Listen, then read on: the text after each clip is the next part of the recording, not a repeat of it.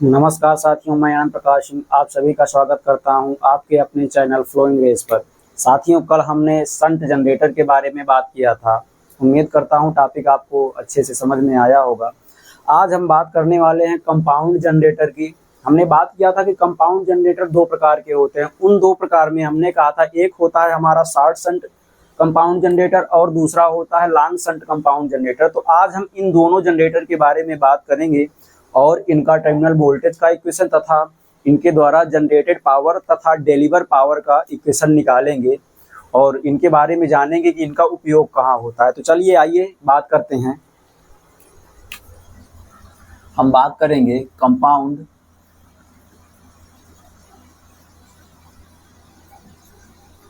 Generator.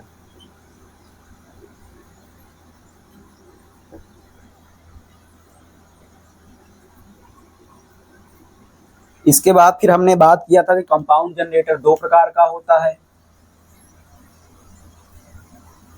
ये दो प्रकार के होते हैं।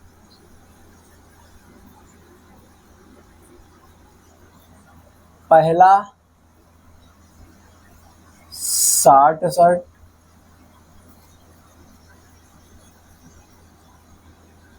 कंपाउंड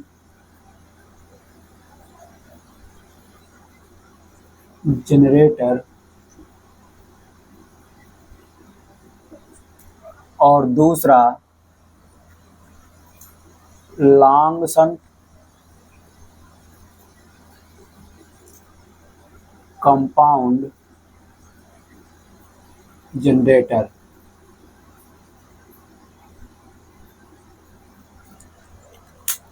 अब हम ये जानेंगे लॉन्ग शंट कंपाउंड जनरेटर क्या होता है और शॉर्ट शंट कंपाउंड जनरेटर क्या होता है। तो आइए इनका सर्किट डायग्राम हम ड्रा करते हैं। अगर हम शॉर्ट शंट के बारे में बात करेंगे तो हम देखेंगे कि हमारे पास जो जनरेटर शंट जनरेटर था और जो सीरीज जनरेटर था, जिनके बारे में हमने बात कर चुका है, अब वो दोनों बाइंडिंग इसमें पाई जाएगी, इसीलिए इसको हम कंपाउंड जनरेटर बोले हैं।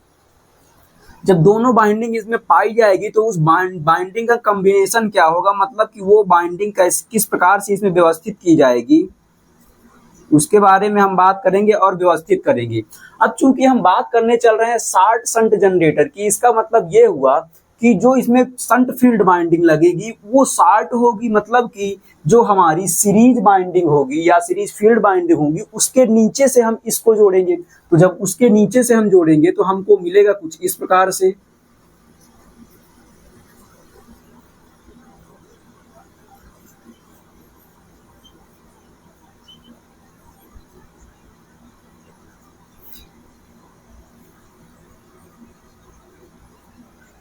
ये हमारा शंट फील्ड बाइंडिंग जुड़ गई, जिसको हम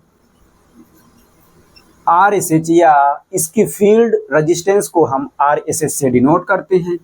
अब इसके बाद अगर इसके हम सीरीज फील्ड बाइंडिंग को डिनोट करेंगे तो ये सीरीज फील्ड बाइंडिंग इसके ऊपर से जाएगी, जिसमें कम नंबर ऑफ टर्न होते हैं और इस प्रकार से ये आउटपुट के लिए चली जाएगी।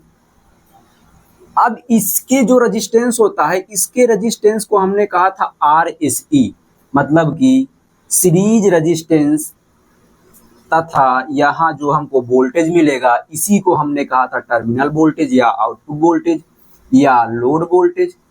अब यहाँ पर हमारा लोड लग जाएगा कुछ इस प्रकार से। लोड, अब लोड में जो करंट आएगी इसी को हमने कहा था लोड करंट, यानी कि इसको हमने IL से डिनोट किया था या लोड करंट कहा था। यही लोड करंट यहाँ पर भी होगी, तो इसी को हम ऐसे भी तो लिख सकते हैं लोड करंट। अब चूंकि ये जो लोड करंट है ये सीरीज फील्ड बाइंडिंग से होके जा रही है, तो इस लोड करंट को क्या हम ISE नहीं लिख सकते हैं? लिख सकते हैं, क्योंकि IL बराबर ISE यहाँ हो जाएगा। और यहाँ जब हमने बात किया था, यानी कि जो जनरेटर के आर्मेचर से करंट निकल रही थी, इसको हमने IA कहा था, यानी कि आर्मेचर करंट कहा था। अब ये जो आर्मेचर करंट है, ये जब आगे जाएगी तो इस बिंदु पर दो पार्ट में डिवाइड हो जाएगी। एक बनेगा IAC और दूसरा बनेगा ISH, यानी कि शंट फील्ड करंट, कुछ इस प्रकार से। इसके बाद हमने बात किया था, ये जो हमारा जनरेटर है, इसके आर्मेचर में रेजिस्टेंस होता है, जिस रेजिस्टेंस को हमने RA से दिखाया था, और ये जो हमारा जनरेटेड EMF होता है, इसको हमने जनरेटर के लिए EG से दिखाया था। अब अगर यहाँ हम चलेंगे, इसके लिए इक्वेशन लिखेंगे, तो हमको इक्वेशन क्या मिलेगी? सबसे पहले हम करंट की बात करते हैं, लेकिन उससे पहले हम थोड़ा सा शंट जनरेटर की डेफिनेशन की बात कर लेते हैं। पहला, शॉर्ट शंट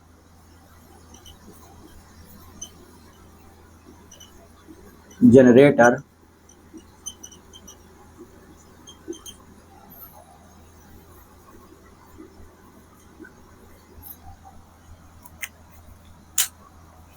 इसकी डेफिनेशन क्या होगी?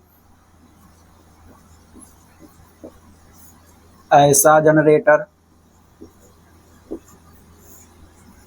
जिसमें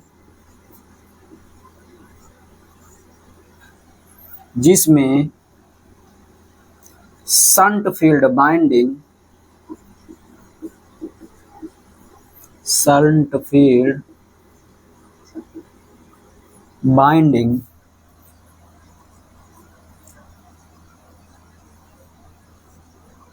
आर्मेचर के समांतर क्रम में, या हम ये भी तो कह सकते हैं, सीरीज फील्ड बाइंडिंग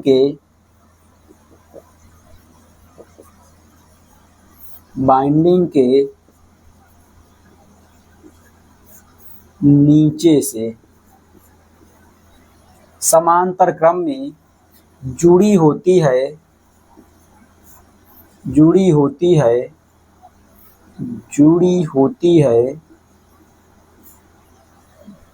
या इसको हम ब्रैकेट हटा देंगे तो सेंटेंस हमारा थोड़ा ज़्यादा क्लियर हो जाएगा। आर्मेचर के समांतर क्रम में, कॉमा, सीरीज फील्ड बाइंडिंग के नीचे से जुड़ी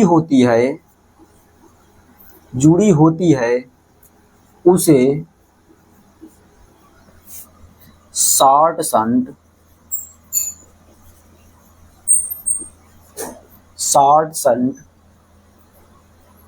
कंपाउंड जनरेटर कहा जाता है।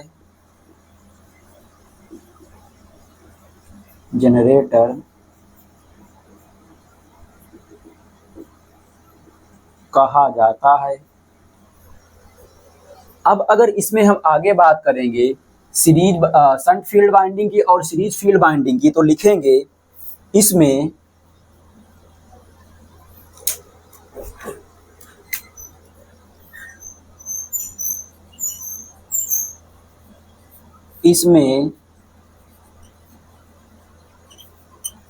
शंट फील्ड बाइंडिंग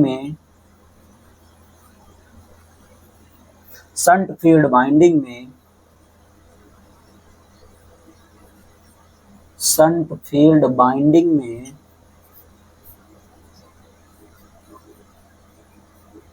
ज्यादा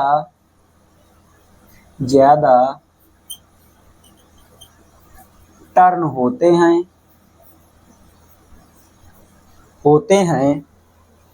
तथा यह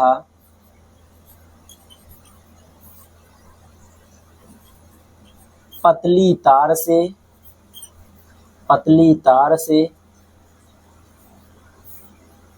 बनाई जाती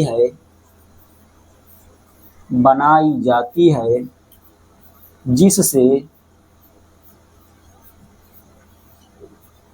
इसका रेजिस्टेंस, इससे इसका रेजिस्टेंस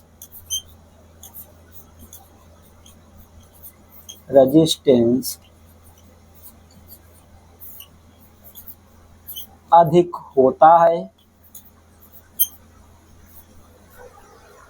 और ये जो सीरीज फील्ड बाइंडिंग होती है, इसके लिए जब हम बात करेंगे तो क्या मिलेगा, इसको मैं ऊपर का हटा रहा हूं,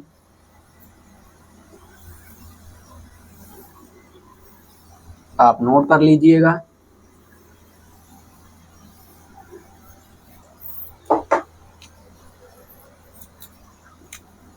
होती है तथा सीरीज फील्ड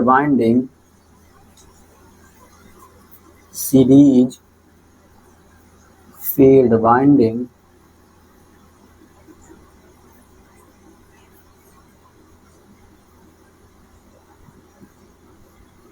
मोटे तार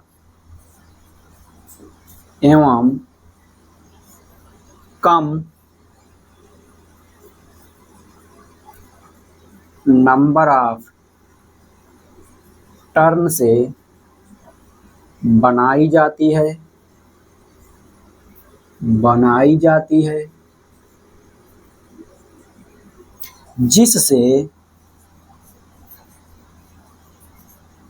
जिससे इसका प्रतिरोध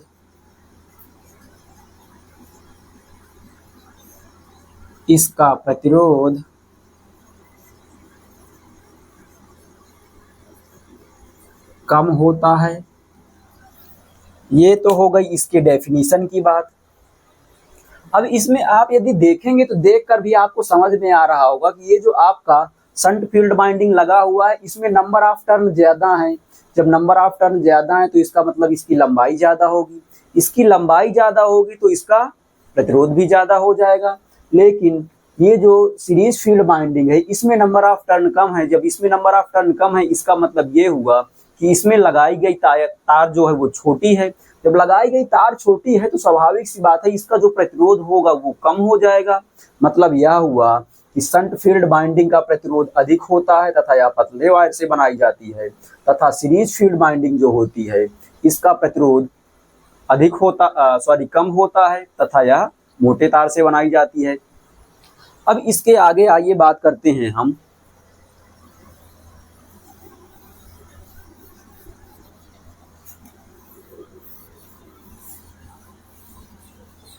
अब हम बात करेंगे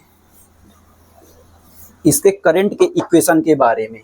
अगर करंट का इक्वेशन की यहाँ हम बात करेंगे तो यहाँ करंट हमको क्या मिलेगा, यहाँ से अगर हम देखें पहला इक्वेशन जो हमको मिलेगा, यहाँ पर हमको मिलेगा ISE equal to IL। IL का मतलब लोड करंट, ये जो है इसको लोड करंट कहते हैं।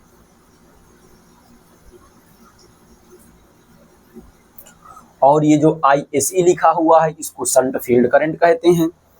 और ये जो शंट फील्ड करंट है यही लोड करंट के बराबर है, इसीलिए इसको हमने IL कह दिया है। ये तो हमारा इक्वेशन फर्स्ट हो गया है। जब दूसरे इक्वेशन के लिए हम बात करेंगे तो ये IA, ISH और IL में एक रिलेशन हमको मिलेगा, और ये रिलेशन जो मिलेगा हमको क्या मिलेगा, IA बराबर IL प्लस ISH, ये हमको दूसरा इक्वेशन मिल जाएगा। अब यहां से अगर हम ISH की बात करें तो ISH हमको क्या मिल जाएगा,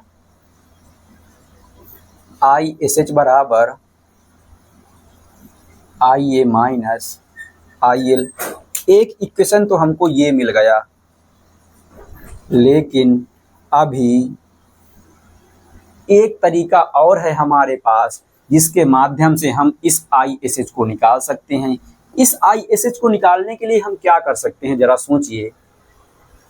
ये जो हमारा जनरेटेड EMF है, अगर जनरेटेड EMF से हम IaRa ड्रॉप की बात करें और यहाँ से हमको ISH निकालना है, यानी कि जो जनरेटेड ईएमएफ है, जनरेटेड ईएमएफ में से IaRa घटा दे तथा इसके शंट प्रतिरोध को घटा दे तो हमको ISH मिल जाएगा।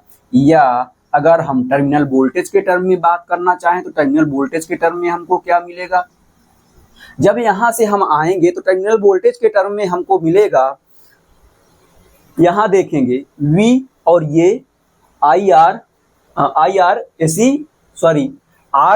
और IAC इसमें बात करेंगे, यानी कि हमको मिल जाएगा, क्योंकि यहां जब हम KVL लगाएंगे इस प्रकार से KVL लगाएंगे तो हमको क्या मिलेगा, इसके लिए पूरे के लिए ये अगर KVL लगेगा इसके लिए तो हमको क्या मिलेगा, ये मिलेगा ISH RSH इक्वल टू, यहां से जाएंगे तो हमको मिलेगा IAC RAC, यहां आगे आएंगे तो ये मिलेगा प्लस V। अब यहां से जब हम ISH निकालना चाहेंगे तो हमको मिल जाएगा V प्लस IAC RAC अपान RSH, ये मिल जाएगा। और यही चीज यहाँ पर हमने सीधा सीधा उठा करके रखा है, यानी कि दूसरा इक्वेशन जो हमको मिला ये मिला है करंट के लिए,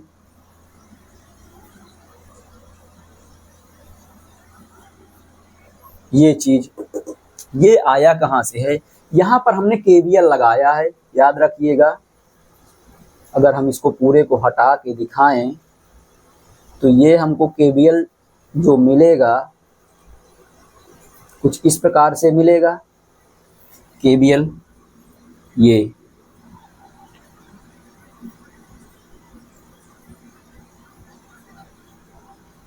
यहां पर जब हमने KVL लगाया है तो हमको ये मिला है यूजिंग KVL,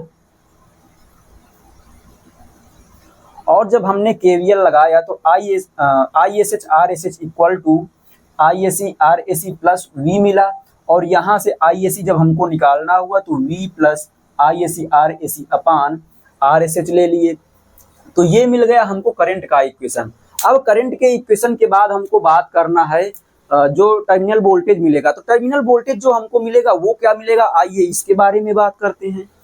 इसको मैं हटा रहा हूं।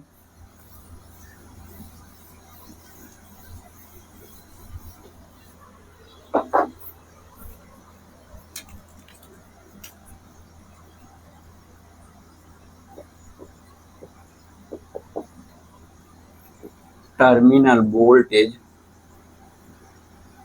Of short shunt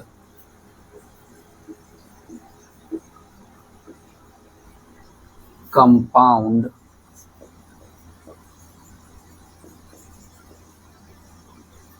generator.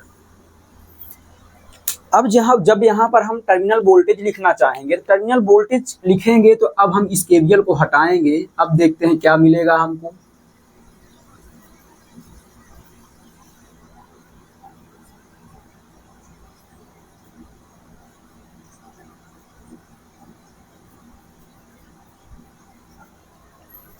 हमने इसको हटा दिया है। अब यहाँ पर बात करेंगे तो हम यहाँ पर हमने लिखा था IAC, ये हमारा हो गया IAC। अब यहाँ पर जब हम टर्मिनल वोल्टेज लिखने चल रहे हैं, टर्मिनल वोल्टेज हमको क्या मिलेगा, ये V मिलेगा। मतलब कि अब हमको जो KVL लगाना होगा, KVL अब की बार हम यहाँ पर लगाएंगे।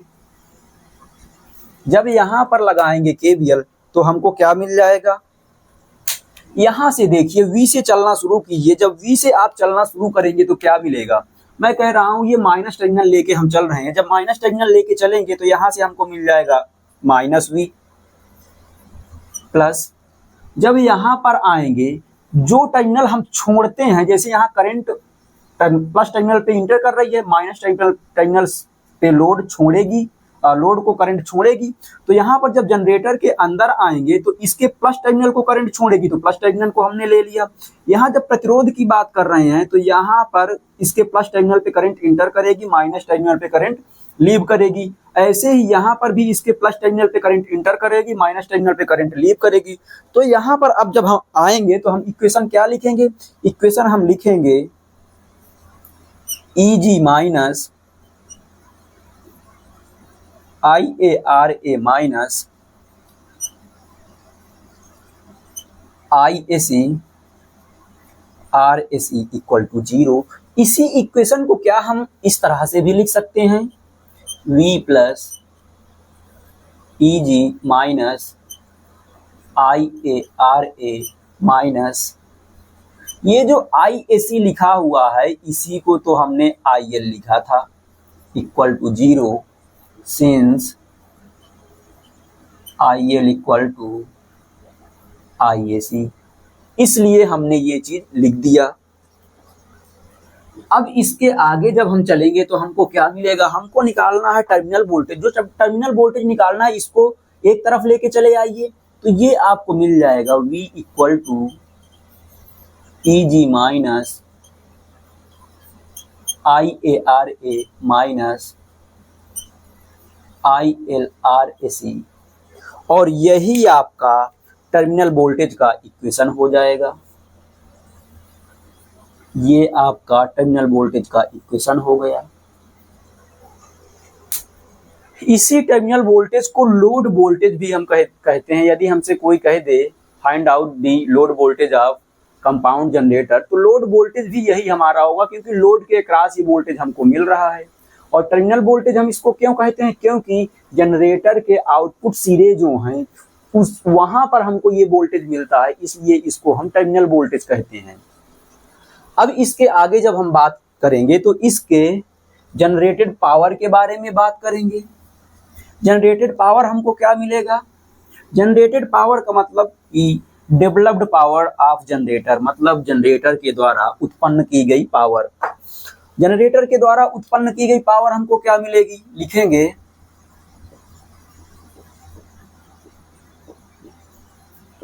Developed power. अब डेवलप्ड पावर यहां पर हमको क्या मिलेगी, मतलब कि वो पावर जो जनरेटर के द्वारा डेवलप की गई है या उत्पन्न की गई है। और जनरेटर के द्वारा पावर क्या डेवलप की गई है, यहां से करंट IA जा रही है और यहाँ पर ये जो हमको टर्मिनल जनरेटेड EMF मिल रहा है वो Eg मिल रहा है। तो अगर हम IA का मल्टीप्लाई Eg के साथ कर दें तो हमको डेवलप्ड पावर मिल जाएगा, मतलब कि जनरेटेड पावर मिल जाएगा। इसी को हमने PG से डिनोट किया है, जनरेटेड पावर। यही या ऑब्लिक करके इसको आप लिख लीजिए और जनरेटेड पावर, जनरेटेड पावर, इसी को हम PG से डिनोट करते हैं। तो PG इक्वल टू क्या हो जाएगा, Eg IA, ये इक्वेशन एक आपको मिल गया। अब यहां पर आप पावर का इक्वेशन निकाल सकते हैं Eg का मान रख करके, क्योंकि अभी हमने टर्मिनल वोल्टेज निकाला है। टर्मिनल वोल्टेज जो अभी हमने निकाला है वो हमको क्या मिला था, V equal to Eg minus IaRa minus ISC RAC। यहाँ से हम Eg का मान निकालें और इसमें रख दें तो हमको जनरेटेड पावर का equation in terms of terminal voltage मिल जाएगा। लेकिन इसको करना बहुत जरूरी नहीं है, क्योंकि ये आपके हिसाब से आपके सिलेबस में डेरिवेशन इसका नहीं पूछेगा, बस यहीं तक पूछेगा और डेफिनीशन आपसे पूछेगा। अब इसके आगे चलते हैं, हम बात करते हैं आउटपुट पावर की। आउटपुट पावर,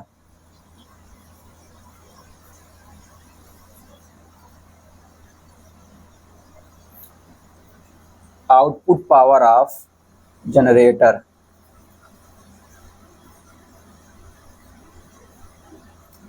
जनरेटर की आउटपुट पावर हमको क्या मिलेगी, अब जनरेटर की जब आउटपुट पावर की हम बात करेंगे तो आउटपुट टर्मिनल पर हम बात करेंगे, और आउटपुट टर्मिनल पर हमको क्या मिल रहा है, टर्मिनल वोल्टेज V मिल रहा है, और जो करंट मिल रही है हमको IL मिल रही है। तो अब यहाँ पर जब हम जाएंगे तो देखेंगे आउटपुट पावर को हम P आउट से डिनोट करेंगे, ये P आउटपुट मतलब कि आउटपुट पावर हो जाएगा। अब इसमें हम लिखेंगे इक्वल टू VIL। ये इक्वल टू VIL क्यों लिखा गया, क्योंकि आउटपुट में जो हमको आउटपुट टर्मिनल मिल रहा है, आउटपुट टर्मिनल वोल्टेज जो मिल रहा है, उस आउटपुट टर्मिनल वोल्टेज के साथ अगर हम लोड करंट से मल्टीप्लाई कर दें तो हमको जो आउटपुट पावर मिल रही है वो आउटपुट पावर मिल जाएगी, क्योंकि P इक्वल टू इक्वेशन हमको क्या मिलता है, पावर के लिए P इक्वल टू VI मिलता है। तो हमने टर्मिनल वोल्टेज को V से डिनोट किया है और जो लोड करंट है हमारी उसको हमने L से डिनोट किया है। तो यहाँ से हमको आउटपुट पावर मिल जाएगी, क्योंकि लोड करंट जो है हमारी यही तो है आउटपुट करंट, और जब आउटपुट करंट के साथ आउटपुट वोल्टेज का हम मल्टीप्लाई कर देंगे तो हमको आउटपुट पावर मिल जाएगी। तो ये यहाँ से आपको मिल गया आउटपुट पावर का इक्वेशन, ये हो गया आउटपुट पावर का इक्वेशन। अब अगर हम इसके एप्लीकेशन की बात करें तो इसका एप्लीकेशन क्या मिलेगा, उपयोग, एप्लीकेशन ऑफ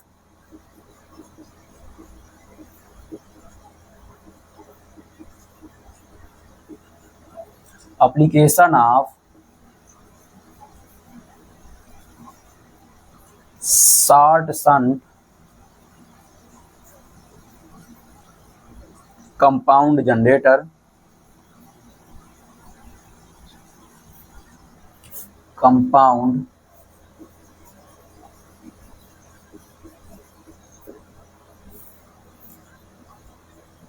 अब इसका उपयोग हम कहाँ कहाँ पर करते हैं, इनका अलग अलग उपयोग होता है। तो इसमें जो उपयोग होगा हम लिखेंगे लाइटिंग पर्पस के लिए, लाइटिंग पर्पस। अगला जो हो जाता है इसको हम यूज कर लेते हैं बिल्डिंग में, बिल्डिंग पर्पस के लिए।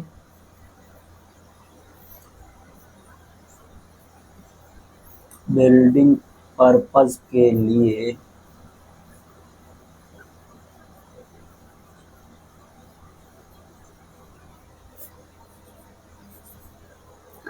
अब ये यहाँ पर हम लाइटिंग पर्पस और बिल्डिंग पर्पस दोनों लिख रहे हैं। दो चीजें इसमें और मिलती हैं आपको, जब आप ये शॉर्ट शंट और लॉन्ग शंट कंपाउंड दोनों जनरेटर को आप डिवाइड करते हैं तो यहाँ से आपको मिल जाते हैं फिर दो प्रकार के कैटेगरी मिल जाते हैं, जिसमें एक आपका होता है कम्युलेटिव कंपाउंड और दूसरा होता है डिफरेंशियली कंपाउंड। तो जो कम्युलेटिव कंपाउंड होता है उसमें जो फील्ड बाइंडिंग होती है वो सपोर्टिव नेचर की होती है, और जो डिफरेंशियली कंपाउंड होता है वो अपोजिंग नेचर की होती है। तो अब यहाँ से जब हम देखेंगे तो जिसमें सपोर्टिव नेचर होता है यानी कि कम्युलेटिव कंपाउंड जनरेटर जो होता है वो लाइटिंग पर्पस के लिए हम यूज कर लेते हैं या बूस्टर के लिए भी यूज कर लेते हैं, लेकिन जो हमारा डिफरेंशियली कंपाउंड जनरेटर होता है उसको हम बिल्डिंग के लिए यूज कर लेते हैं या बिल्डिंग पर्पस के लिए यूज कर लेते हैं। तो ये रहा हमारा टॉपिक शॉर्ट शंट जनरेटर का। अब इसके आगे हम बात करेंगे लॉन्ग शंट जनरेटर के लिए। लॉन्ग शंट जनरेटर क्या होता है, आइए उसके बारे में बात करते हैं।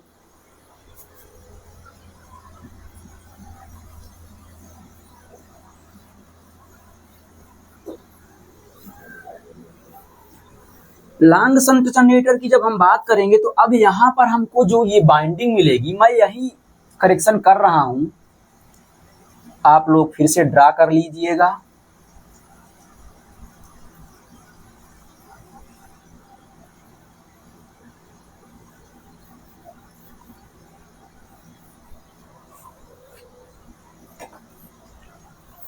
क्या मिलेगा आपको, लॉन्ग शंट जनरेटर का मतलब ऐसा जनरेटर जिसमें फील्ड बाइंडिंग आर्मेचर और सीरीज फील्ड बाइंडिंग के क्रॉस जुड़ी हुई है, उसको लॉन्ग शंट जनरेटर कह दिया जाता है। ये। अब इसमें जब हम बात करेंगे तो ये हमको मिल जाएगा IA, और यही IA इक्वल टू ISE होगा। इधर जो हमको मिलेगा ये मिलेगा ISH, मतलब कि शंट फील्ड करंट, और इसको हमने कहा था IAC। अब यहाँ जब हम बात करेंगे तो हमको क्या मिलेगा, बाकी सारी चीजें वही हैं, बस अंतर क्या हुआ, जो हमारा शॉर्ट शंट जनरेटर था उसकी जो फील्ड वाइंडिंग थी यहाँ सीरीज फील्ड वाइंडिंग के नीचे से जुड़ी हुई थी, और जो हमारा लॉन्ग शंट जनरेटर है उसमें हमारी फील्ड वाइंडिंग सीरीज वाइंडिंग तथा आर्मेचर की एक्रॉस लग गई है। तो अब अगर हम बात करेंगे लॉन्ग शंट जनरेटर की, तो लॉन्ग शंट जनरेटर क्या मिलेगा हमको, लॉन्ग शंट कंपाउंड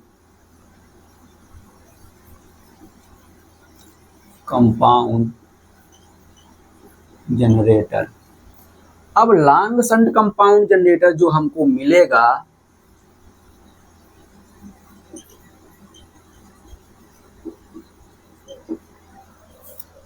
इसकी डेफिनेशन अगर हम लिखेंगे तो क्या मिलेगा हमको,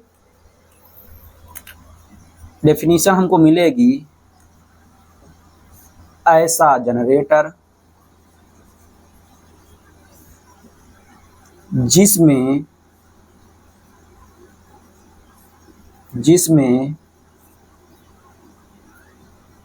शंट फील्ड बाइंडिंग आर्मेचर तथा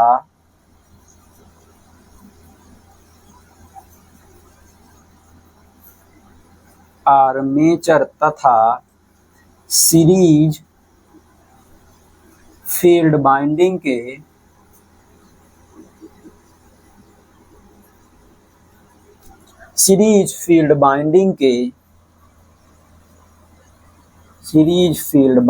के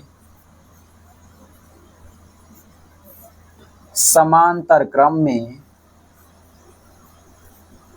जुड़ी होती है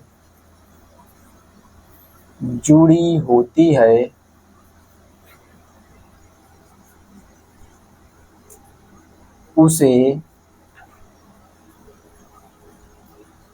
लॉन्ग शंट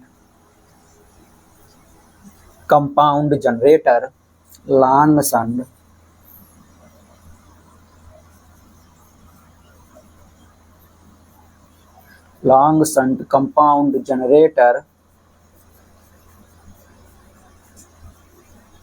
कहा जाता है।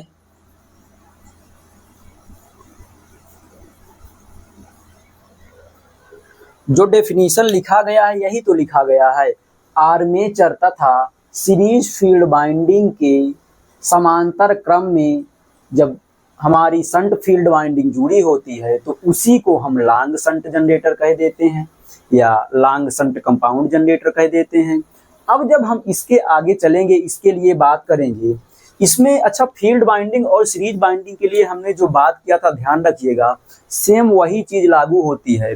इसमें जो शंट फील्ड बाइंडिंग होती है इसमें नंबर ऑफ टर्न कम ज्यादा होते हैं तथा ये पतले तार से बनाई जाती है, लेकिन जो सीरीज फील्ड बाइंडिंग होती है इसमें नंबर ऑफ टर्न कम होते हैं और ये मोटे वायर से बनाई जाती है, जिसके कारण इसका प्रतिरोध कम होता है। और वैसे भी ये सोचने वाली बात है कि अगर इसका प्रतिरोध अधिक कर दिया जाएगा तो जब इसमें से ये करंट जाएगी तो ये करंट जो होती है बहुत अधिक होती है, और इससे जब होकर के पास होगी तो बहुत ज्यादा पावर लॉस करवाएगी। इसका मतलब ये हुआ कि हमारा जो आउटपुट पावर हमको मिलना चाहिए था वो आउटपुट में मिलने से पहले ही लॉस कर जाएगा। जब आउटपुट में मिलने से पहले लॉस कर जाएगा तो होगा क्या, हम जो जनरेटर डिजाइन किए थे ये सोचकर कि हमको आउटपुट में जो पावर मिलेगी वो अधिक मिलेगी, लेकिन हो जाएगा उसका उल्टा, कम पावर मिलेगी, जिसके कारण वो जनरेटर हमारे किसी काम का नहीं रह जाएगा। चलिए आइए इसके बारे में अब आगे हम बात करते हैं करंट के बारे में।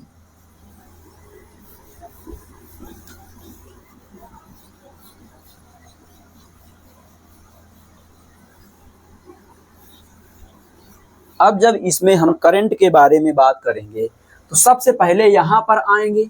जब यहाँ पर आएंगे तो हमको क्या मिलेगा, करंट इसमें जो मिलेगी हमको IA बराबर IAC मिलेगी। ये तो हमारा इक्वेशन फर्स्ट मिल गया। अब इसके बाद जब हम इसमें आगे चलेंगे तो हमको क्या मिलेगा, IA बराबर ISE बराबर IL प्लस ISH मिलेगा और यही हमारा इक्वेशन सेकेंड हो जाएगा। क्यों? क्योंकि ये IA और ISC ये तो बराबर है, यही IA जो है यानी कि आर्मेचर करंट जो है यही सीरीज फील्ड बाइंडिंग से होकर के बह रही है, तो इसीलिए ये IA बराबर RAC हो गया। लेकिन जब ये इस पॉइंट पर आ रहा है तो इसको दो रास्ते मिल रहे हैं जाने के लिए। एक रास्ता मिल रहा है लोड की ओर जाने के लिए और एक रास्ता मिल रहा है शंट फील्ड बाइंडिंग की ओर जाने के लिए। तो जो लोड बाइंडिंग की ओर करंट चली गई उसको हमने कह दिया लोड करंट, और जो शंट फील्ड बाइंडिंग की ओर करंट चली गई उसको हमने कह दिया शंट फील्ड करंट। और ये हमको इक्वेशन मिल गया लोड करंट और शंट फील्ड करंट के लिए। अब यहाँ से अगर हम बात करें इस जगह से तो हमको शंट फील्ड करंट के लिए एक इक्वेशन और मिल जाएगा, यानी कि शंट फील्ड की जब हम बात करें शंट फील्ड करंट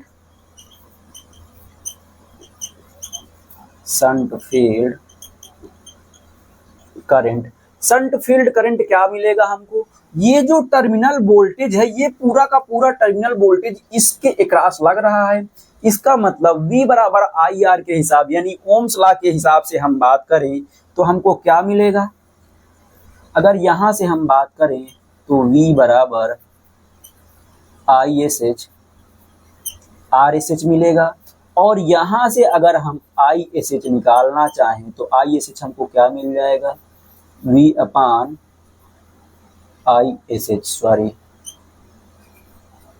ISH ये मिल जाएगा। यानी कि शंट फील्ड बाइंडिंग का जो करंट है उसको हम यदि टर्मिनल वोल्टेज के टर्म में निकालना चाहें तो ये मिल जाएगा। अब इसके आगे हम बात करेंगे इसके टर्मिनल वोल्टेज की। जब टर्मिनल वोल्टेज की हम बात करेंगे तो हमको क्या मिलेगा, अब तो हमको ये वोल्टेज निकालना है और ये वोल्टेज निकालने के लिए क्या करना होगा हमको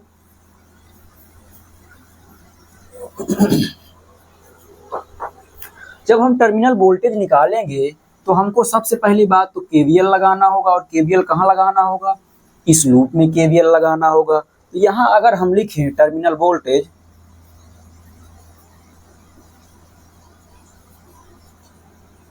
तो टर्मिनल वोल्टेज हमको क्या मिलेगा, यहाँ से जब हम लिखना शुरू करेंगे तो हमको मिलेगा माइनस का V plus PG minus IARA minus IARSE equal to 0। ये जो IA लिखा हुआ है इसी को हम IAC भी लिख सकते हैं, लेकिन चूंकि आर्मेचर करंट हम लेके चल रहे हैं तो IA ही केवल लिख लिए। अब यहाँ से हमको निकालना है V, तो V को हमने एक तरफ कर लिया और दूसरी तरफ EG minus IARA minus IARAC को रख लिया। अब इसी इक्वेशन को हम लिख सकते हैं V equal to EG minus IA को कॉमन ले लेंगे, दोनों में समान है, तो ये हो जाएगा IA प्लस RAC और यही हमारा टर्मिनल वोल्टेज हो जाएगा जो कि V equal to EG minus IARA plus RAC हो जाएगा। अब अगर हम यहीं पर बात करें जनरेटेड EMF की, तो जनरेटेड EMF हमको क्या मिलेगा, जनरेटेड EMF यही इक्वेशन से मिल जाएगा हमको। तो यहाँ पर यदि हम लिखें जनरेटेड EMF तो हमको क्या मिलेगा, जनरेटेड ईएमएफ या जनरेटेड वोल्टेज या जनरेटेड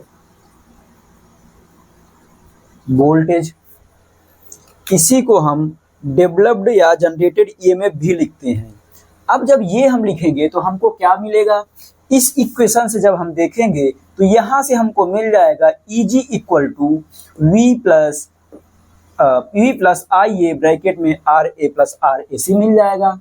मतलब कि हमने जो लिखा हुआ है V equal to Eg minus I A R A plus R A C है हमारे पास, और हमको निकालना क्या है, जनरेटेड ईएमएफ निकालना है Eg, तो हमको मिल जाएगा V plus I A R A plus R A C, जो कि ब्रैकेट में होगा। यही हमारा जनरेटेड ईएमएफ का इक्वेशन हो जाएगा। यानी कि अब आपसे अगर कोई जनरेटेड ईएमएफ के बारे में पूछेगा तो आप जनरेटेड ईएमएफ भी बता सकते हैं। तो ये हो गया जनरेटेड ईएमएफ। अब हम बात करेंगे जनरेटर के द्वारा जनरेटेड पावर की। जब जनरेटेड पावर की हम बात करेंगे तो हमको क्या मिलेगा, जनरेटेड पावर या developed power, developed power or generated power. Developed power और जनरेटेड पावर की हम बात करेंगे तो हमको क्या मिलेगा। अब यहाँ पर देखिए फिर से हमको वही चीज मिला, डेवलप्ड पावर मतलब कि इस आर्मेचर के द्वारा जो पावर उत्पन्न की जा रही है वो पावर हमको मिलना चाहिए। तो अब ये पावर जो आर्मेचर के द्वारा उत्पन्न करने वाली पावर है, ये हमको क्या मिलेगा, ये जनरेटेड ईएमएफ है हमको जो मिला है। जनरेटेड ईएमएफ का मतलब एक तरह से वोल्टेज ही तो होता है। अगर हम इसको लिखना चाहें तो P बराबर EGIA लिखते हैं, या इसी को हम ईएमएफ, अगर ईएमएफ को हम E डैश लिख दें इनटू IA लिख दें तब भी तो हमको वही चीज मिलेगा। यानी कि अगर यहां से हम जनरेटेड पावर PG लिखना चाहें तो हमको क्या मिलेगा, EG इंटू IA मिल जाएगा, और यही हमारा डेवलप्ड पावर का इक्वेशन होगा।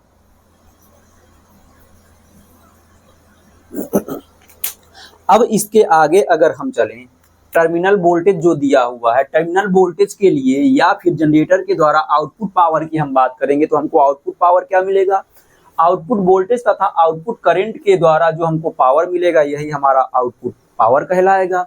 तो अब यहां से अगर हम लिखना चाहें आउटपुट पावर,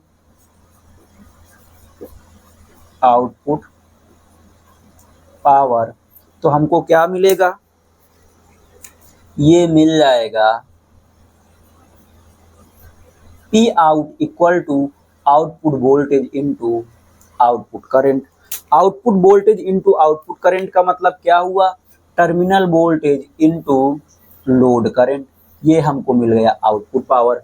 अगर इसके एप्लीकेशन की हम बात करेंगे तो इसका भी एप्लीकेशन वही हमको मिल जाएगा, क्या, जो हमको शॉर्ट शंट के लिए मिला था, मतलब कि लाइटिंग पर्पज के लिए यूज कर लेते हैं हम, और उसी के साथ साथ हम इसको बिल्डिंग जनरेटर की तरह यूज कर लेते हैं या बिल्डिंग पर्पस के लिए यूज कर लेते हैं। तो एप्लीकेशन हमको क्या मिलेगा, एप्लीकेशन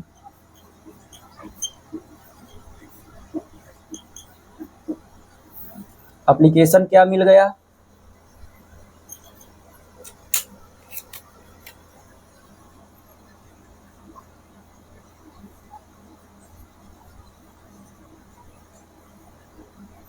लाइटिंग के लिए, दूसरा